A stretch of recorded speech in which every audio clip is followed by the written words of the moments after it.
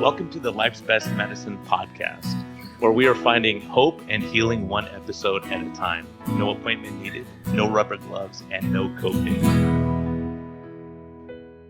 Just a healthy dose of life lessons to help equip you for this wild journey we call life.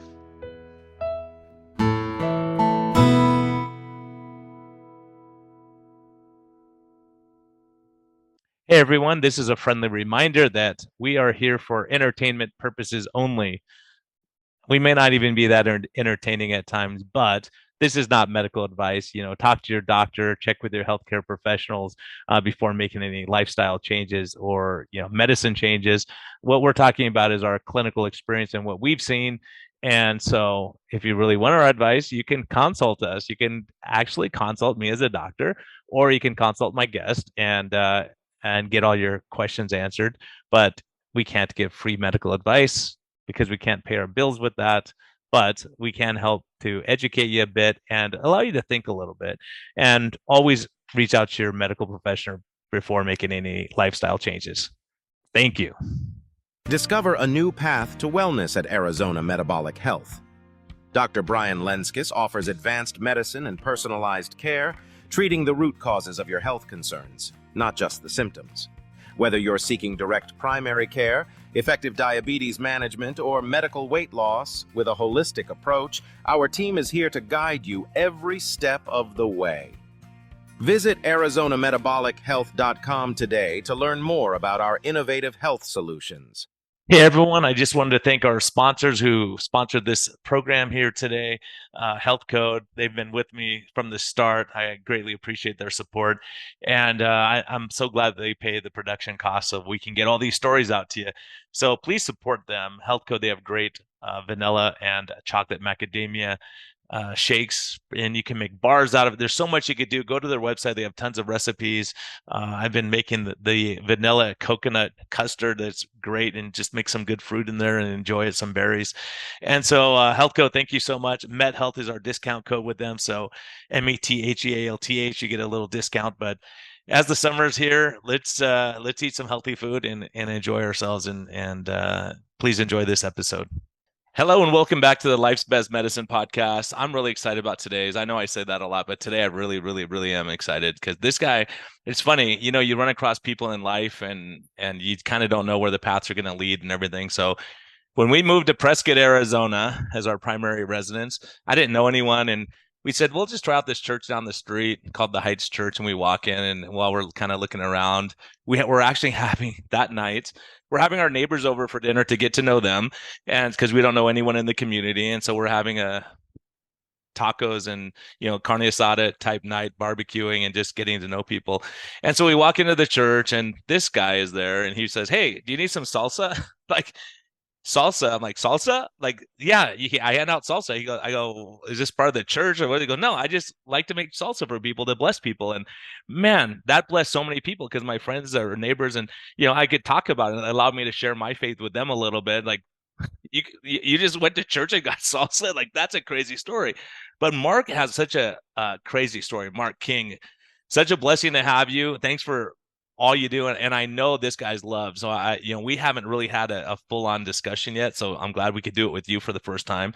But this guy has been having some health problems, and everyone that I ran to was praying for him. Pray for him. I love him. He's so kind. He's done so many good things, and you don't hear such nice things about someone. So he can't be that bad of a guy. So Mark, welcome. So great to have you. Hi, glad to be here. Thank you. Yeah, so let's hear your story. Like, tell us, let's start, because I don't know your story, so I'm learning with everyone else. So how did all this stuff start? I mean, let's talk about, as a kid, was faith a big thing for you? Was that something you developed later in life like me? Or was it something that you kind of grew up in? And I'd love to hear your story of how you came to believe what you believe. All right. When I was young, I had a strong faith that something was more involved out there, that I was there was a greater context in what God would be in my life. I used to talk with friends. I remember one time coming home, it was a summer evening and my mom was worried where we were, thought we were out getting into trouble, and it turns out we were talking about Jesus. And it was just kind of interesting. Here's some high school kids out talking about the most important thing there is, about God, about our existence, the purpose of life itself. And like everybody else, I've gone through a lot of ups and downs. I had a lot of questions. I searched for more meaning. I searched for more understanding. I started studying a lot of different paths because I thought, well, I fell for a lot of the illusions, the distractions, the hooks. Like, well, this path can give you more understanding of your current path. It just enfolds you more. So I would try that, and I would get involved with it. And but there was still something more personal. That relationship with God was a very personal thing, and I didn't need to have somebody tell me how that relationship was going. That's what I found was at fault with many of the paths, is they tried to insinuate themselves between me and God. And that is usually a clue that something is awry, that somebody is looking for power over your life, rather than liberating your life, which is what God is about, which is what Jesus is about. So I'll fast forward a bit up until my time that I had my daughters and my son, and they were, let's see, my youngest daughter at the time was 16. Uh, my stepdaughter was 15, and they were out uh, messing around on a school day. They skipped school, and because my 16-year-old had driving privileges, so she took them down to a nearby college where some of their friends were going, and they got into some trouble. They were giving some date rape drugs, and Wow. my youngest fought her way out of the room. She had enough wherewithal because I had taught my kids how to defend themselves. I used to teach, of all things, I taught Kung Fu. Um, I was a closed door student of a world champion at one point. Um, so I always thought that women should be able to protect themselves, because they're usually the ones that are the most vulnerable, the ones that can be impacted the easiest, the ones that predators look for. So she had fought her way out of the room, and she was getting more and more uh, inebriated by the drug. But then she realized that the 15-year-old was still in the house.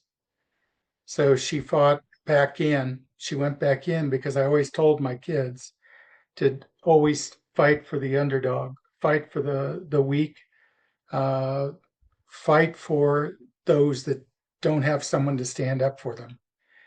So she went back in, and they caught her. And well, they were pretty pleased with themselves that they got her. She was able to get the other one out, but they kept her, and they uh, abused her, raped her, left her for dead in a parking lot in Prescott, Oh my um, goodness. naked and unconscious. The I was at work at the time, and the hospital called and said, "You better get here in a hurry. She's non-responsive." So I rushed over. Um, I'd always thought that I lived a good life, and I was torn by what had happened. I was wondering, what did I do? Uh, which is missing the point of what really happened. But it's So human nature. That's our human nature. Is like, what did I do? Why am I deserving this? Why am I going through this when I'm trying to do the right stuff? yeah, That's a human question. we make it all about ourselves, though, and we forget the ones that are actually the most impacted by it. So I got there, and they'd able to bring her back. And I took her home, and the police came to the house and they interviewed me because I knew who did it. I knew the people that were involved. There were five of them. And I was going to go after him. I think, which is what most any father would do. And the police warned me if that I go after them, they would put me in jail. Uh, and my oldest daughter had said, "Please, Daddy, don't do it. If you do, we'll lose you too," because they'd already lost their mother. So I didn't go after them, which was really difficult to do. They said they would go after him on Monday because this was Thanksgiving holiday. So they chose not to do anything. And during that time, they got away. They got up to the reservation, the Navajo reservation, which was made them untouchable. Well, time went by, and I I was furious. I was so angry with God because I thought I had lived a life dedicated to the right, to living a righteous life. And I began to hate God and to think that betrayal was inexcusable. Well, it took almost a year, but my youngest daughter came up to me and said, "Daddy, I forgive them. You need to find a way to let go." And I thought that if my daughter can forgive what had happened to her, then I needed to really start looking at myself. But I still was resisting. I was I could understand the concept of God, but it felt indifferent. And then my thoughts about Jesus were still in flux at that time because it felt like betrayal.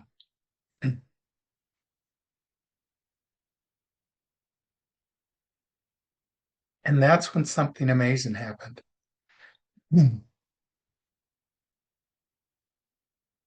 I had remarried, and my wife and I were laying in bed one night,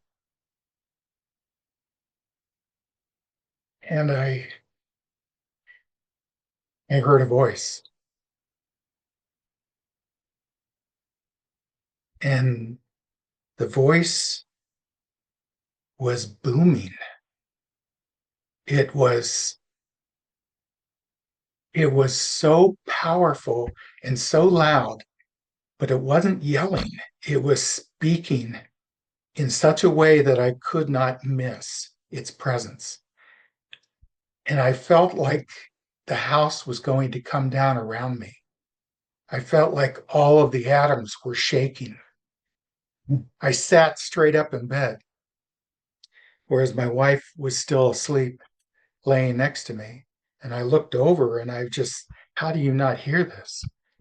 It was echoing so loud. And the voice simply said, "Mark, wake up." And I knew it wasn't about waking up physically. I knew I knew where and what it was speaking of, that I needed to wake up to who I am inside, to what my relationship is inside. I don't usually tell that story, but you wanted to go back to how I get started. So Yeah, There, no, this is powerful. This is very helpful for me to understand because I'll tell you, so many people will, their first question to me is like, how can you believe in God when all these bad things happen in the world and kids are raped and, these gangs are killing people and all these things happen. And so it's hard for people to reconcile that from a human perspective. And forgiveness is another one that these are huge topics that you're talking about. well, you come to realize that if we try to put God into this box that we try to understand everything in our life, and if we think we're capable of doing that, then God isn't God. We are God then. We become the creator, and we are incapable of fully comprehending all of his all of what he is, his justice, his righteousness, his love. Because as time goes by, we are blessed with the opportunities to recognize that that event that happened was actually an important event, a life changing event, an event that showed a side of your heart that you needed to understand. You were able to let go of pride, which was probably my biggest falling. I thought that I had this understanding. I thought that I was able to fully comprehend this experience of God, and I was deceiving myself. God didn't create the violence that happened to my daughter. The darkness of this world is, to me, controlled by what we call the enemy. Some people call the devil, but it's a real presence. And it's ironic to me that atheists can accept that there is evil and there is good in the world, but they have trouble with the comprehension of a God in this world. They look at science as their escape vehicle that implies that all of this life, all of this wonder came from no life, nothing in existence. And suddenly there was life, which is the most impossible leap for science to make. When you look at uh, talks about how the Big Bang occurred and how all these events that generated life on Earth, in their theories, there is a gap in there because they're missing what was the spark that led to the creation of this, and how is it that so much wonder has been created by chance? That so much spectacular beauty and that expression of love that we feel, that love that goes beyond the physical, that goes into the heart of ourselves. Where does that come from? Where does that realization generate from? Yeah, and I think it takes, being a scientist, I'm a doctor, so, I've looked at all these things. And so friends of mine would say, how can you be a scientist and believe this stuff? It's like, so explain to me how life, like the same question you had. When I was a kid, I realized I was laying out there looking at the stars one day and I was thinking, and I wasn't a kid of faith, like I wasn't raised in a church family or anything like that. And so I'm thinking, okay, the stars. And say if I had a rocket ship that could go forever, and like, okay, when I get past the stars, what's there? And then I got into this thing where you go, okay, there has to be an end somewhere. If you keep going, there has to be an end. You have to be a box, but then there has to be something outside that box, and then outside that box, like where, and when you start thinking of the infinity of everything, you think, how can this possibly be? It's just that we can't grasp it from our minds, right? But we wouldn't explain God in our, like you're saying, like when you talk about pride, I think that's one of the biggest thing that keeps people from turning to God, because that means you're weak in yourself. My brother's an atheist. And he goes, "Oh, you're weak, so you need God to help you." I'm like, "Yeah, that's true. I do. I do. I need him to help me when you go through something like you went through. The fact that you survived that, and that that God still can speak to you after that is just such a testimony too." Well, he's always chasing us. I found this to be very true. We We make a lot of mistakes in our life. And I think the reason why I heard that voice is because I was so lost. I was so absorbed in my own pain and grief that he needed to actually take me and shake me. Not everybody needs to be so shaken. So not everybody is going to have this startling event, possibly. Some might have even greater events. Some might have lesser appearing miracles, but it's all a miracle. And it all comes from this boundless love. So as time went by, I started opening my heart again uh, to what that voice was, to what he was really telling me to do. And I started really letting go of myself as the answer and started looking inwardly. And I think sometimes we need somebody as a maybe an example that we can look to. Uh, and there are a lot of examples that fail. Goodness knows I went to a lot of churches and I got involved and I saw mistakes being made in my path.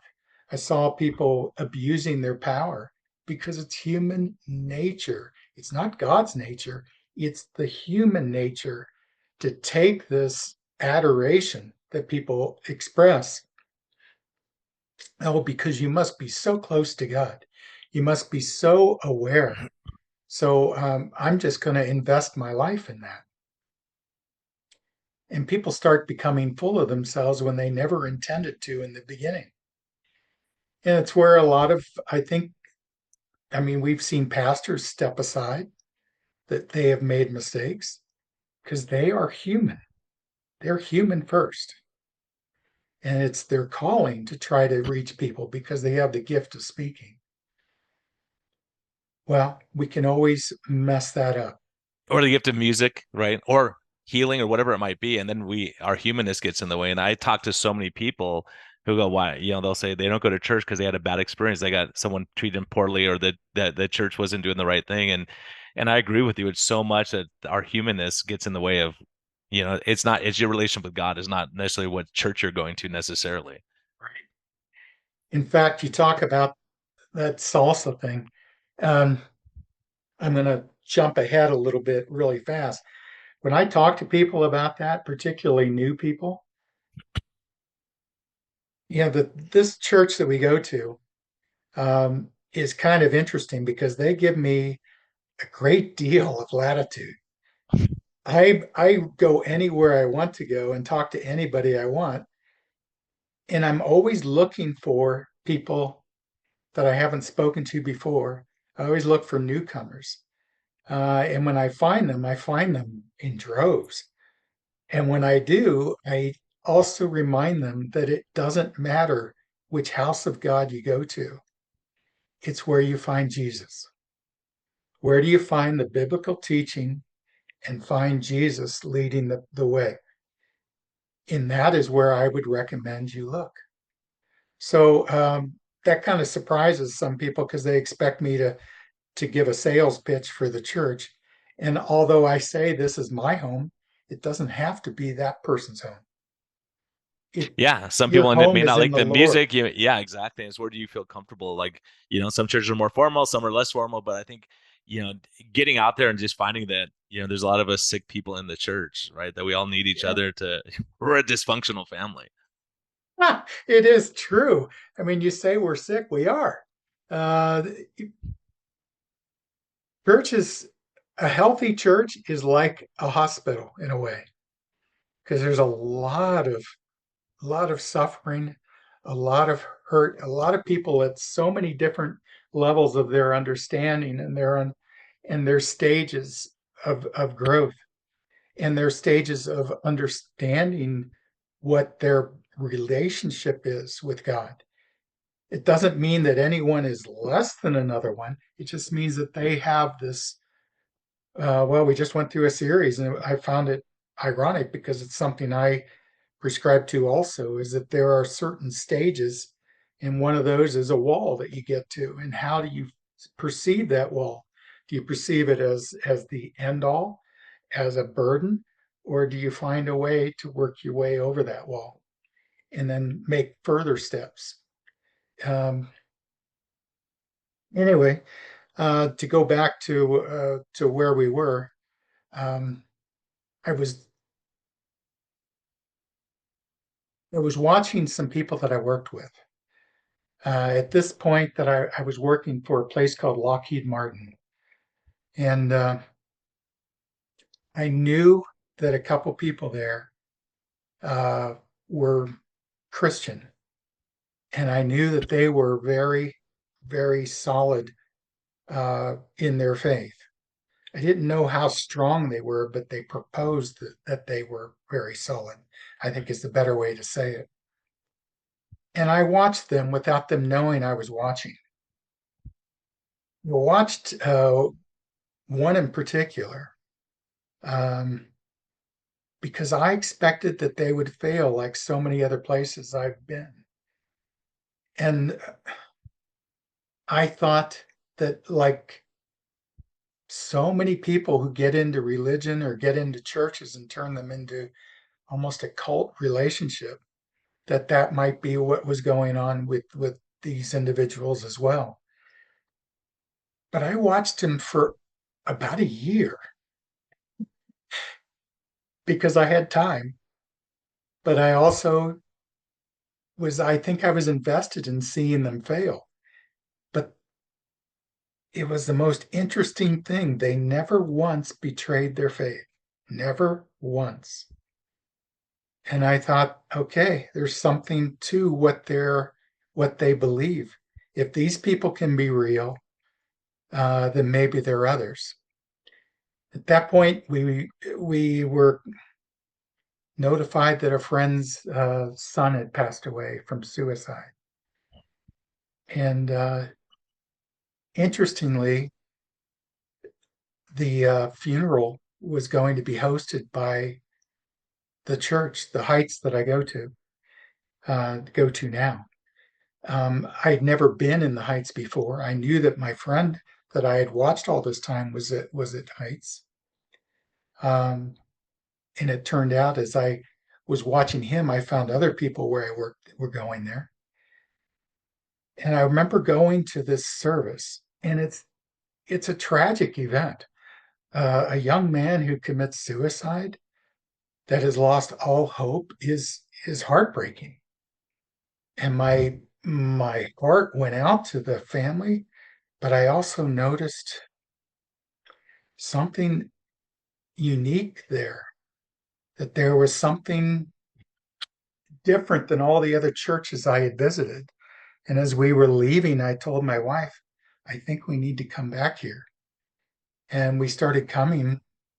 I ran into my friend that I had watched all that time, and he started telling me I needed to volunteer.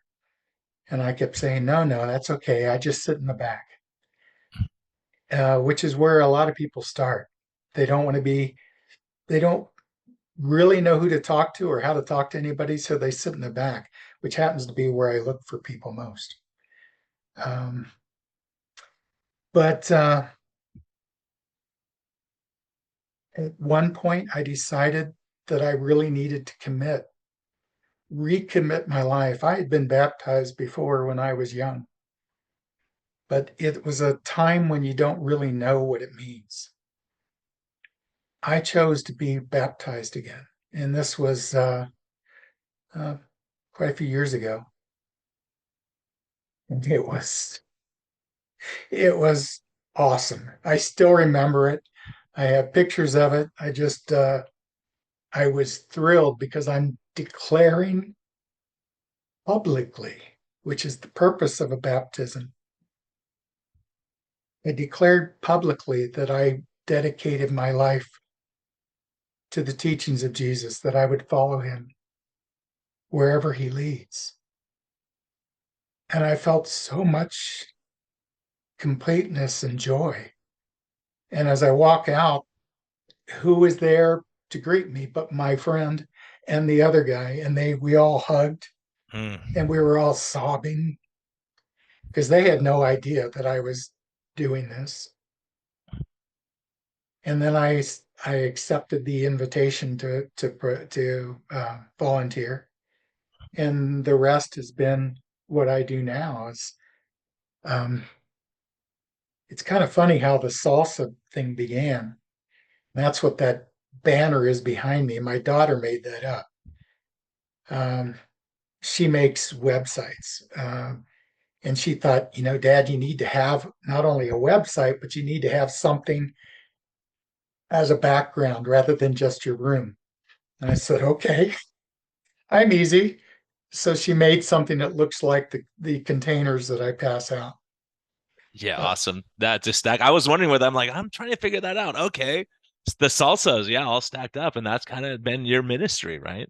it is developed into that. I So started out, how did it start? Yeah, how did it start where you go, I'm gonna make salsa and give it out?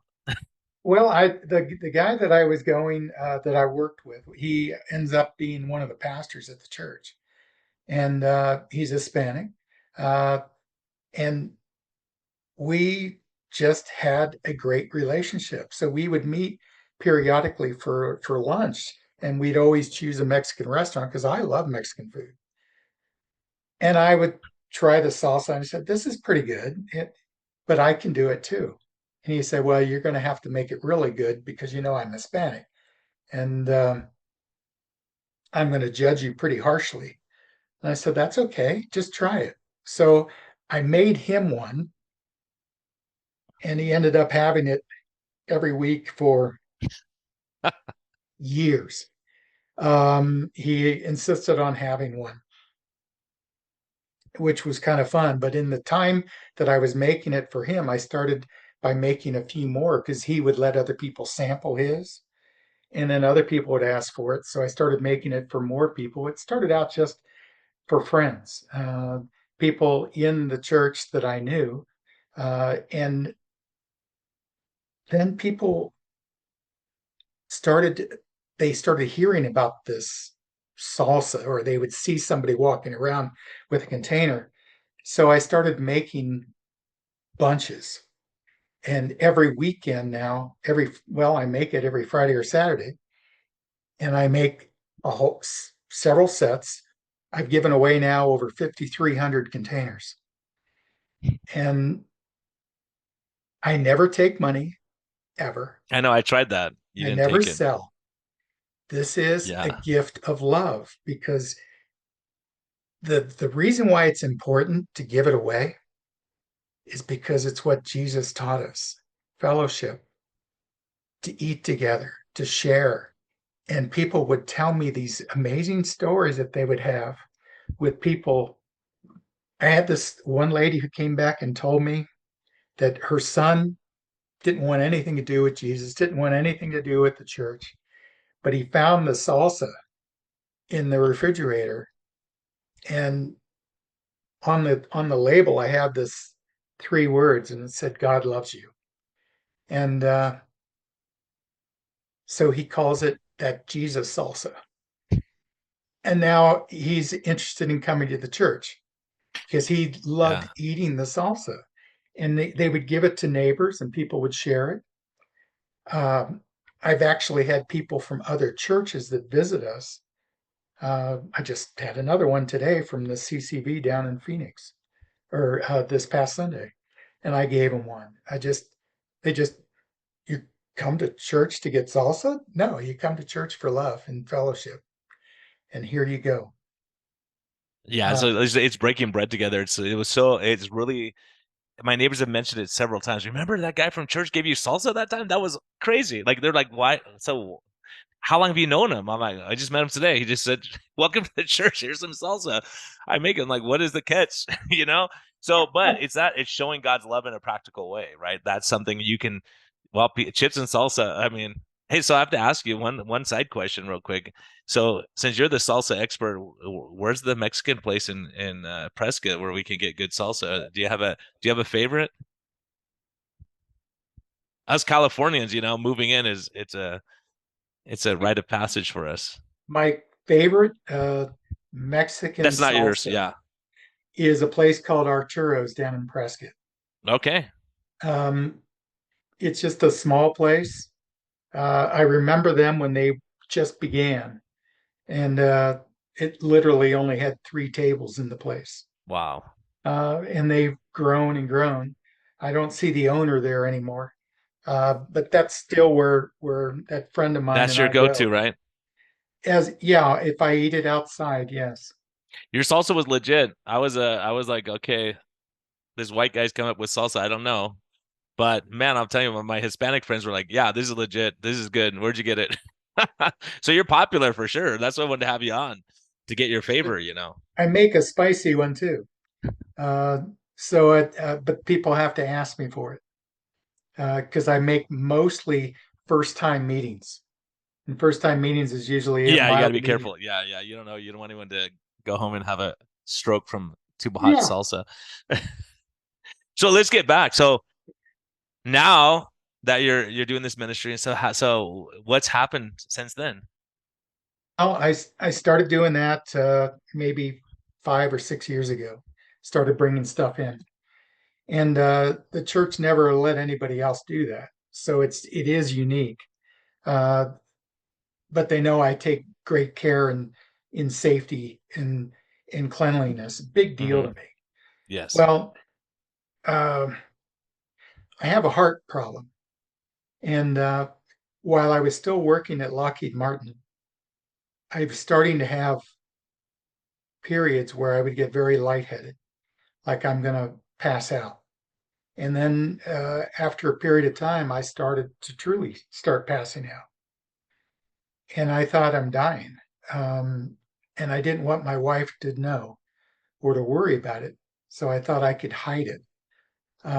Although I was getting a kind of a gray pallor to my skin because my heart was just betraying me, or maybe the condition was. But the one day my wife came home and she found me passed out on the floor. So it was not possible to hide it anymore. And I told her that it's been going on for a while. So we went to You see know it. that's why us guys get married, right? Because we'd all be dead because we go, Oh oh, I my pass out a few gosh. times. I'll be fine. Don't worry about it. Then the wife goes, no, I've you're done going that in. Common sense, right? so many times. Well, we went to see a doctor. First off, we went to see, I'm a veteran also. So we went to the VA, which I thought was my most logical first step. And I went to see the cardiologist. And the guy, I'd never met him before. He looked at me and said, well, you look fine to me. Come back when you're dying. And my wife, who is a nurse, an RN, she has always respected the relationship between doctors and nurses and has always, taken a back role to that relationship. But she kind of blew up. She said, so it's okay with you if he's driving us down to Phoenix someday and he passes out and kills a family uh, on the drive down to Phoenix? That's okay because he looks all right to you right now. You didn't even ask any questions. One of the That's most incredible. one of the most Incredible. common things of a heart problem is passing out.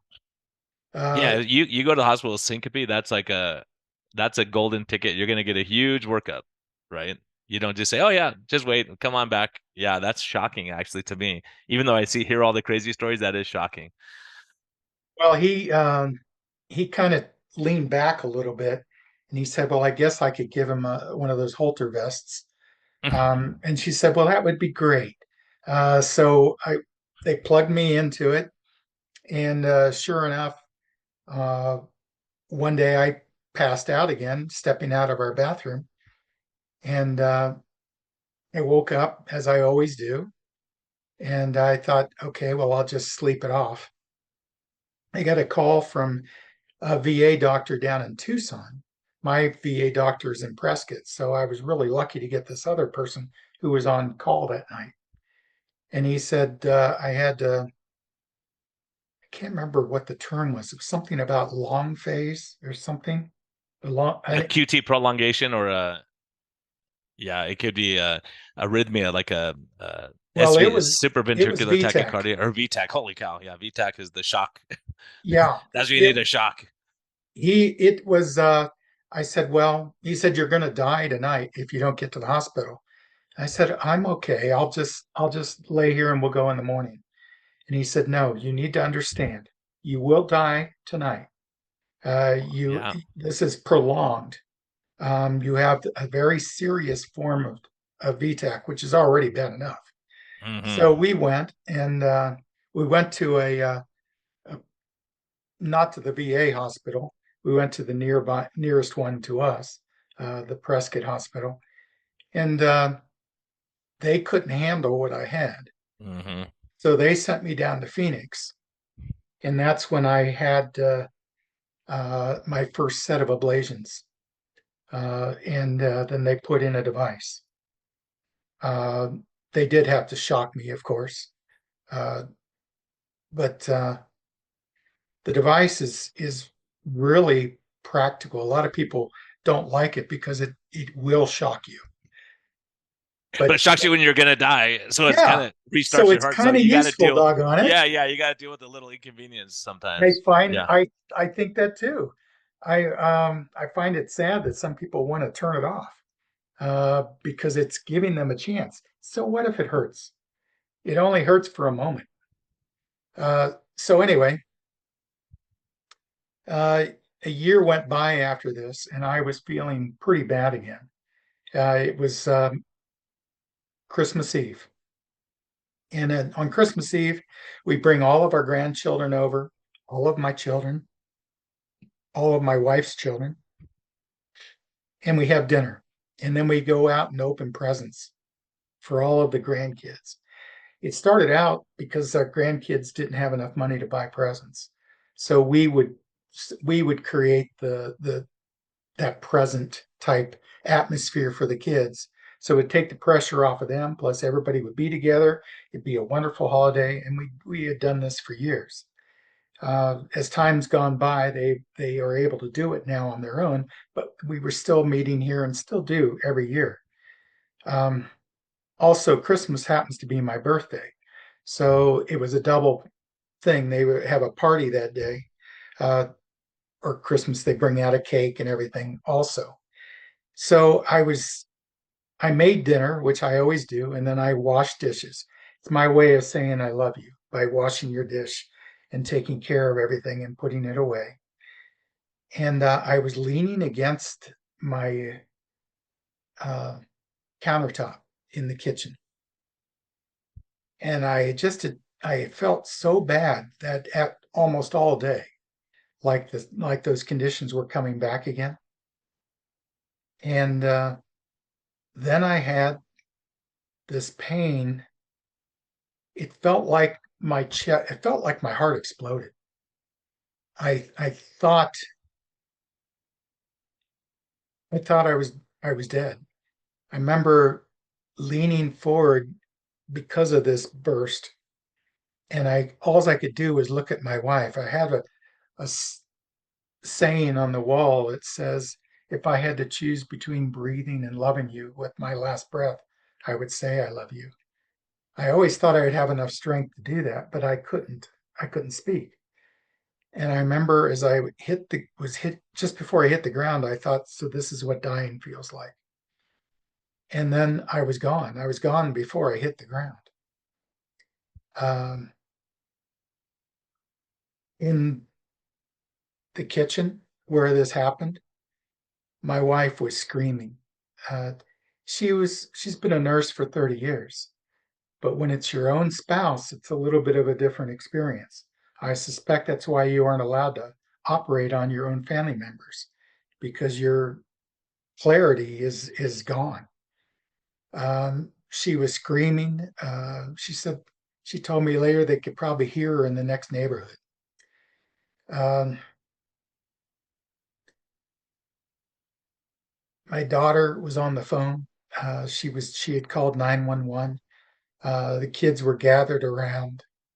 My wife was doing this At one point, she was doing this sternum rub with her knuckle, which supposedly, as I understand, you can't resist reacting if you're still around. And she said there was nothing. I had no response to any pain stimulus at all. Um, but what I was experiencing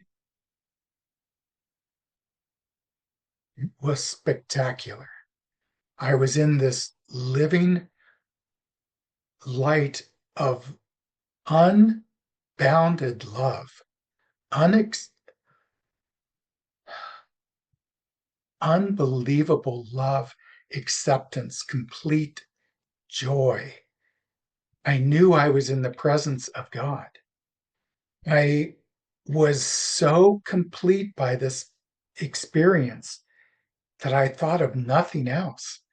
I only thought of this is, I was awestruck. I was so happy. I felt no pain. I felt no loss. I felt complete like I'd never known before. And then at one point, I was standing before this threshold. And Jesus told me that if I crossed that threshold, I would be in heaven with him forever. Or I could stay and go back into the world. And I was surprised because this was the first moment I thought of this physical world. And I couldn't answer him. I couldn't say anything. It's like that if I chose to go forward, it's like saying that the love that I left behind wasn't worth going back to, that it wasn't complete enough. Or if I went back, it's like saying your love wasn't enough to go to, that I didn't choose to be with you. I think I think he gave me that experience so that I would know my own heart in an unvarnished form, complete, stripped of all of its illusions, all of its covering, all of its ego where it tries to put yourself in the best light. Jesus read my heart and knew the answer. And then the most amazing thing happened. The white light that I had been bathed in, that I was surrounded in, that I was a part of, it resolved into this image of my wife. And but it was more than that. It was the most complete and beautiful image of her that I'd ever experienced. And that image, it was like a painting in a fashion where all the light had gone into this. And I could hear her. She was calling my name. In the physical, she was screaming. She was sobbing uncontrollably. But in this experience, it was like a love song. She was singing it in the most gentle and loving way, but it also sounded like a train whistle from when I was a kid, a mile away, that longing off in the distance. And it was like she was calling me in the wilderness, calling me to come back.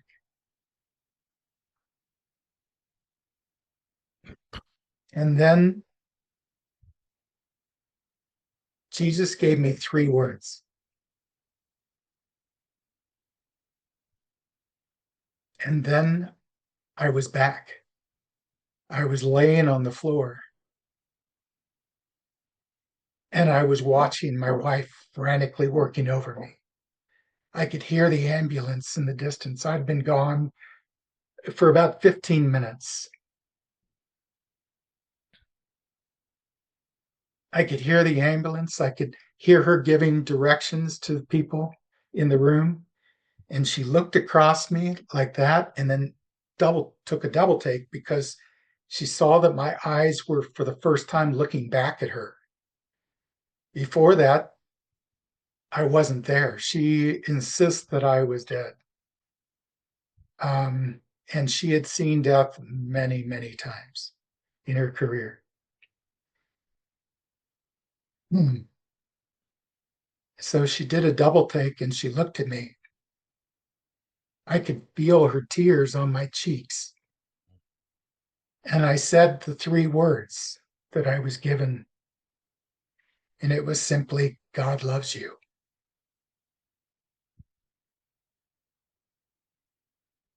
And then I thought I had done what I was supposed to do. See, my wife, we all in this world have known pain. A lot of us hide it really well, but some of us have had a really tough time. My wife's youth was violent and painful and lacking in love, but she never claimed the victim, ever.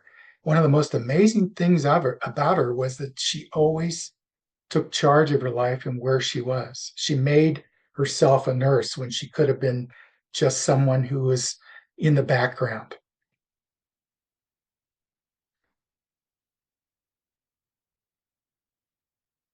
Well, I thought I had done what Jesus sent me to do. Sorry, this always gets to me. Um,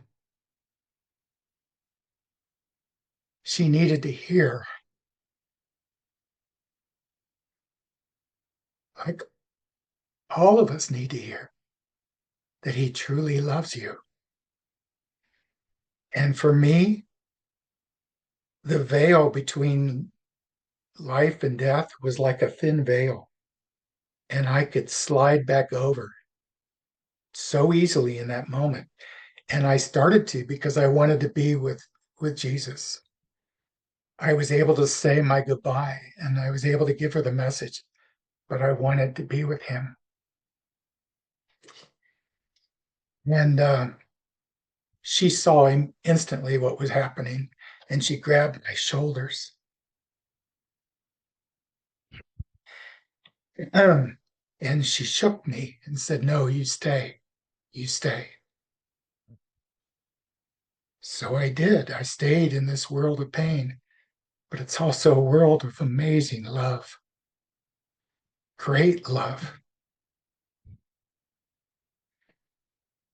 The next day, I was in the hospital, and the nurses, of course, I went there that night. They, when they took me away on the stretcher to the ambulance, I remember looking back at my wife.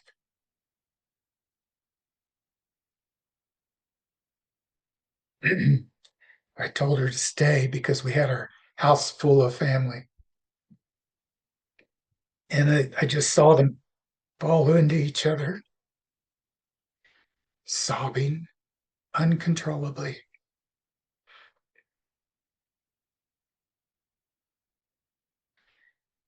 And the next day I was in the hospital. It was Christmas, and the nurses knew that it was my birthday also. So they brought me a little cake with a little candle in it, even though you're not supposed to have a candle lit. And The they had it. ICU. They brought it in for me, and I immediately blew it out. And my cardiologist at the time was brought in to see me. The ward was almost empty, the cardiac ward at the time. There were still a few people that were there, but a lot of empty rooms. And I was watching him at the end of my bed, and he looked nervous. And he was, this device will give you a printout, computer printout of everything that's happened. And he was flipping back and forth through the pages. And he just looked nervous, anxious. And he turned it toward me like I'm supposed to be able to read this thing. And I don't know what I'm looking at. And he said, "This is where you died. You actually died here. And nothing would have brought you back. It was already too late. How did you?" And then he brought it back to himself. And I didn't know how to answer that question. I had no idea how to answer it. So I just smiled at him. And as time went by, I thought that that story was only meant for Tina and I. But as I've started to realize that all of this, everything that we experience in this world, we can lift each other up or we can just ignore each other. We can share love with each other or we can look the other way. We have that choice. And that's also what can bring evil into the world by looking the other way. So I started sharing this story and I've shared it with a lot of people now. I've been back in the hospital a lot of times because what I have is something called ARVC. Are you familiar with that? Until you told me, I never heard of it before. Arrhythmogenic right Yeah. ventricular cardiomyopathy. Yeah. And it turns healthy heart tissue into scar tissue, basically, which is why my heart, it starts over there where the right ventricle was. And it starts presenting itself as VTAC. And as time goes by, they ablate as much as they possibly can. They run out of landscape and it starts progressing itself across, which is what's happening with me. I'm currently on a heart transplant list. So I've spent a lot of time in the hospital. In fact, I'm going back in this next Tuesday. You spent Uh, a lot of time in the hospital. yeah. You were on the waiting list you were there for a long time this last time, right?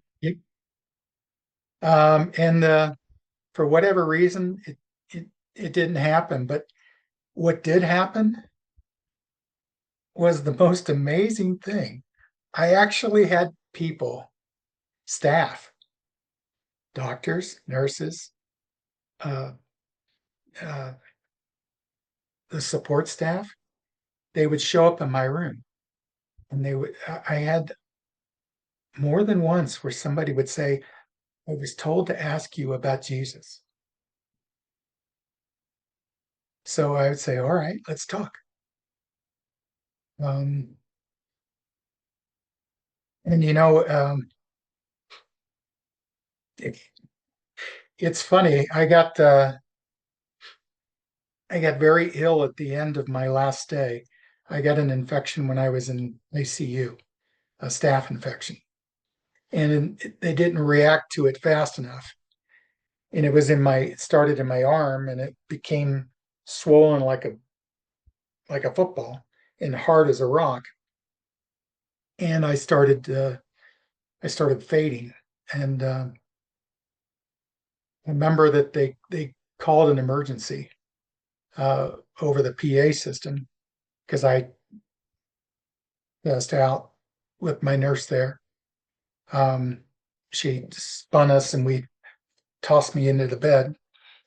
And they would just happen to be the day my wife was coming to visit me.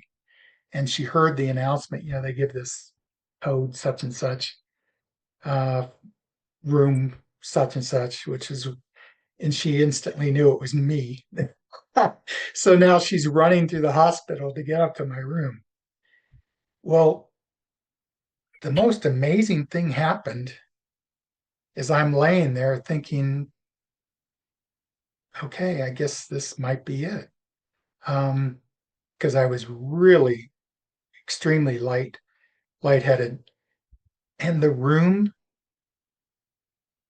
people came from 4 different floors, all the heart floors and all the ICU floors.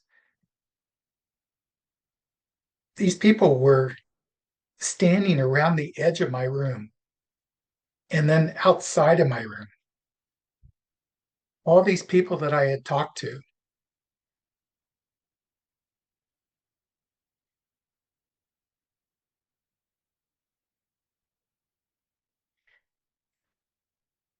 I just, I felt so much love. That's what we're supposed to do for each other.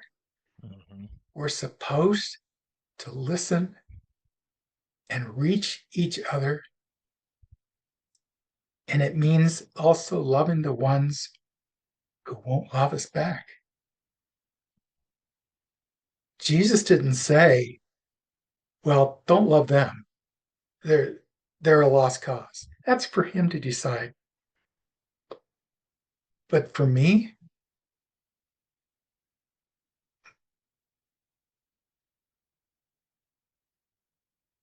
I have seen enough. There are a lot more miracles that I've been blessed to see that we won't have time probably to talk today. But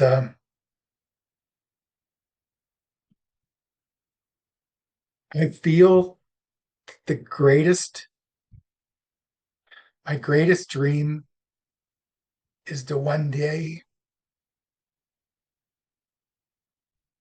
to stand before him and hear him say, well done, good and loyal servant.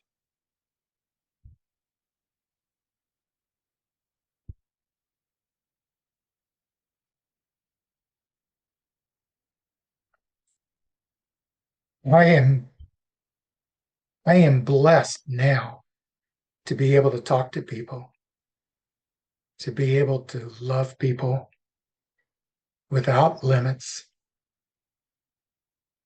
I don't love you based on whether you love me back or whether you took advantage of me. That's human nature. But I want to be something different than that. We should put him as our guide of what love really is and choose to be like him.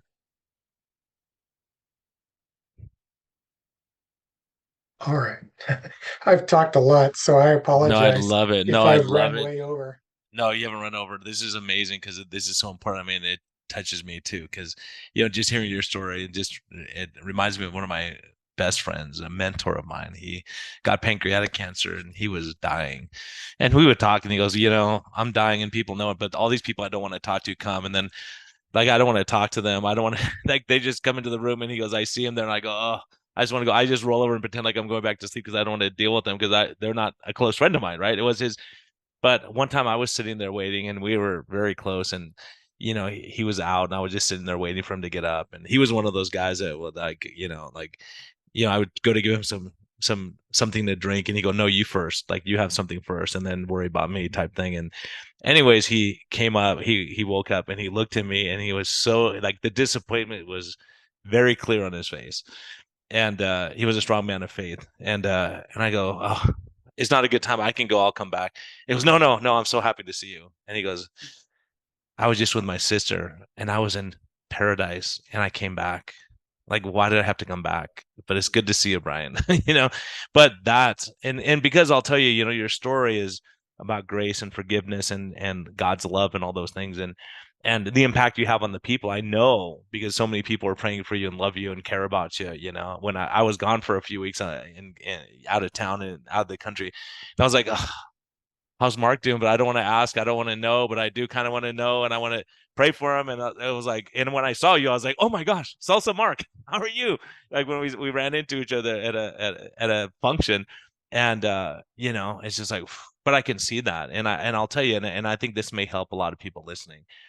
For a lot of people, well, I'm not going to say the number one fear that if you ask people, their number one fear is what we're doing right now, public speaking is the number one fear. Number two fear, dying, right? And so, what would you tell those people that are listening right now that are afraid to die, that they're going to cling to everything and put every machine on and avoid death at all costs? Like, what would you tell that person who has such a fear of dying?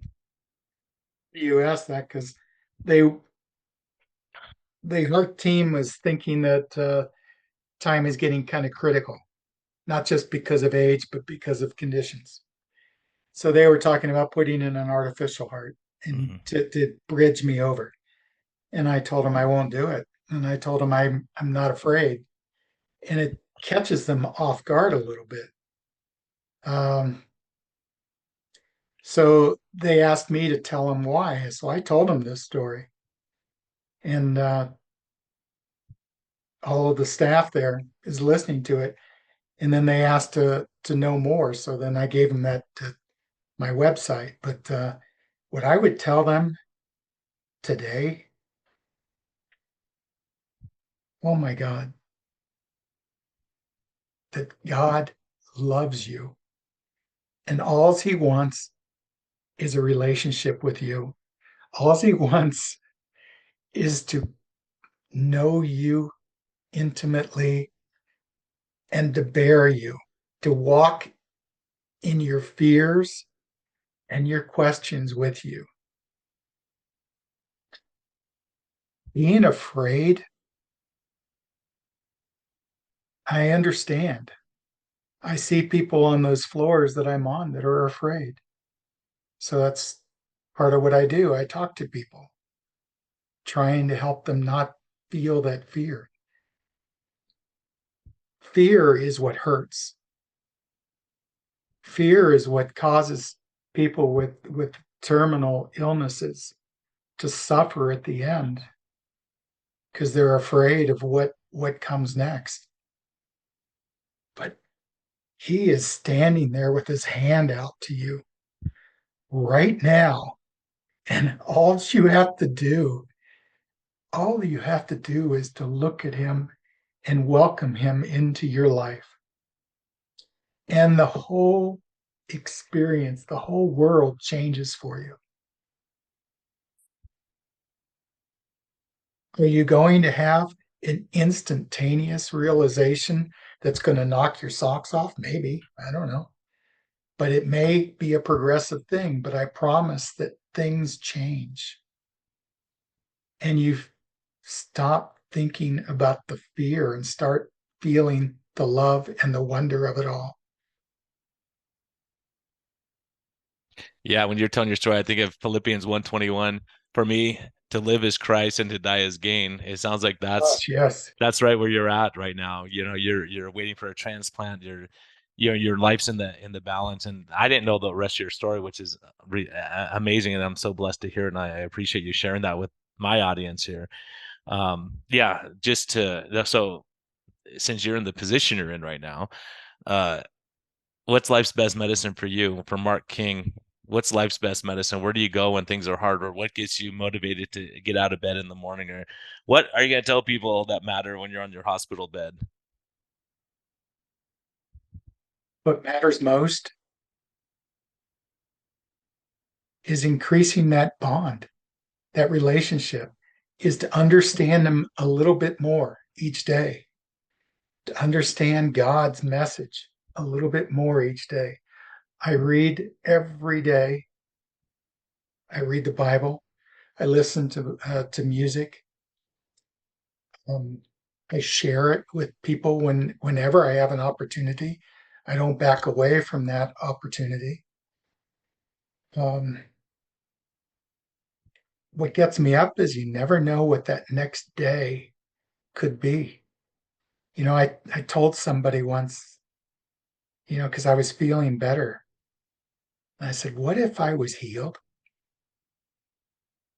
Isn't that possible? And he said, no, you're not healed. And I said, oh, I'm sorry you feel that way. But who is to say the God who created the entire universe, the God that we know has walked on water, has done everything, has brought the dead back to life. I know people, I personally know people who were written off to die, and they're alive today and healthy. And why is that? It's because of their faith. Does that mean that every single person that has faith is going to live again or in this physical world? No, I don't mean that. Because maybe your mission is complete here in this life. Maybe your time has now come into another experience, an experience of, I tell you, Brian, the love that you feel, the awareness, the experience with God is something I cannot forget. And I wake up each day wanting to know if I will see that again in someone else's eyes, or if today is the day that I am with him. And I'm okay with that. As strange as that sounds, I don't seek it. That's why I'm on the transplant list. As long as I'm still here, then I have something to do. But we know what awaits us, right? When you see where you're going, you go, oh, I feel peace in that, right? No one wants to go through the process of death. No one likes that. I don't like the idea of going through whatever it's going to be. Oh, But it's not fun. the other side of the coin, the other side of it, it's all good, right? So I've been in situations like that too. You go, okay, if this is the moment, here it goes. I'm okay with that. And I think having that peace, and I think that's this peace that surpasses all understanding when you say, okay, this is a bad situation, like I haven't experienced what you've experienced, obviously, but I've been around life and death a lot, working in the trauma centers and seeing gunshots and all these kind of things. And, you can see, someone who's at peace, I'll share this again. I've shared with my people before, but I remember when I was in the ICU and it was one of those nights and it was just one thing after another. And I was the intern and it was just crazy. And I was exhausted and you're beat up and sleep deprived and you just don't want to deal with people anymore. You're sticking tubes down. We probably intubated, so many people that night that were coding, and it was just a rough night. And the medical, the surgical intensive care unit nurses kept calling me, go, Brian, there's a guy here. He's just not following commands. He's not doing what we want him to do, and he's like not listening. Can you come talk to him? Look, it's a crazy night. I go, okay, that's it. I'm gonna go talk to him. I was like frustrated, threw my gloves off. I go, I'm gonna go talk to this guy. And I go in there. I go, look, all you got to do is put on your oxygen. These ladies are just asking you to put on your oxygen. Can you please just do that? Because I'm having a hard. And he goes, son, let me tell you, I've lived a good life. I have a wife who loved me, who passed away. I know where I'm going. I love Jesus. I've been in the hospital 23 times in the last 2 years. He said, can you just give an old man his peace and just let me not wear my oxygen? Would that be okay? And we had this discussion. He held my hand, very sweet guy. And he passed away that night. And he was at peace, and I was like, we were all good. So he didn't need to go through anymore. He goes, look, I've lived my life. I've raised my kids. I've done my life I'm ready to go see Jesus and I'm good. Right. And he had no fear. He goes, I have no fear. No, you're not letting me down. I goes, I don't want to disappoint you, but please, can you just honor that to me? And I was like, good, you know, very, those kind of things when you're at peace like that. Other people, they want every tube machine, everything, because they want it. It's coming. You can't delay it forever. So these are real topics, and so thank you, because I think this will bring a lot of peace to people. And I think your story of forgiveness and going through that, and what you went through with your daughters. I didn't know any of those stories, so I'm so glad you were able to share those. And I didn't even know that you had that death situation in the past, and I would do until you mentioned it to me. I was like, really? Wow. Like, I've been there, done that, so you go, okay, I kind of know what's coming. So it's like you skipped to the end of the book already, and now you're going back and finishing the last chapter. Yeah. So Life Mark, is amazing. it's amazing, and your love, and what you brought to the hospital, and you're bringing peace to other people. And I think like what you're talking about is loving on other people and being the example. And I can tell you that so many people, like your friends, they're watching you and they're like, how's he dealing with this so well? How is he at peace? And they can't, in their mind, they cannot fathom what you're going through. As a matter of fact, my pastor from my old church, he has a terminal illness, and probably 10 years ago, I told him he should get a bone marrow transplant. He was like, I'm at peace, I'm good. And he's 10 years later, he's still going up there preaching, and he's still alive, right? And he goes, if the Lord's going to take me, he's going to take me. And to have that peace and saying, I understand, but I'm not doing it. Like you're saying, right? Right.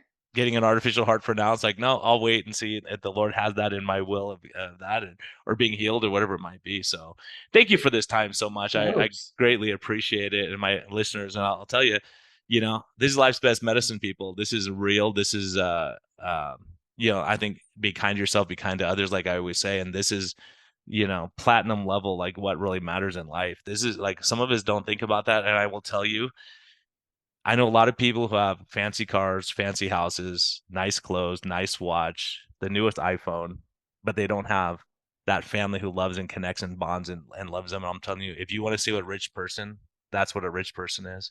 So Mark's our example today. So Mark, thank you so much for joining me. It was such a blessing.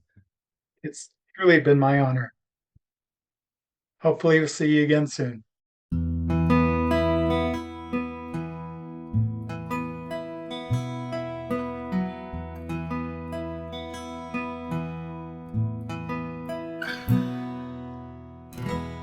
Thank you for listening to this episode.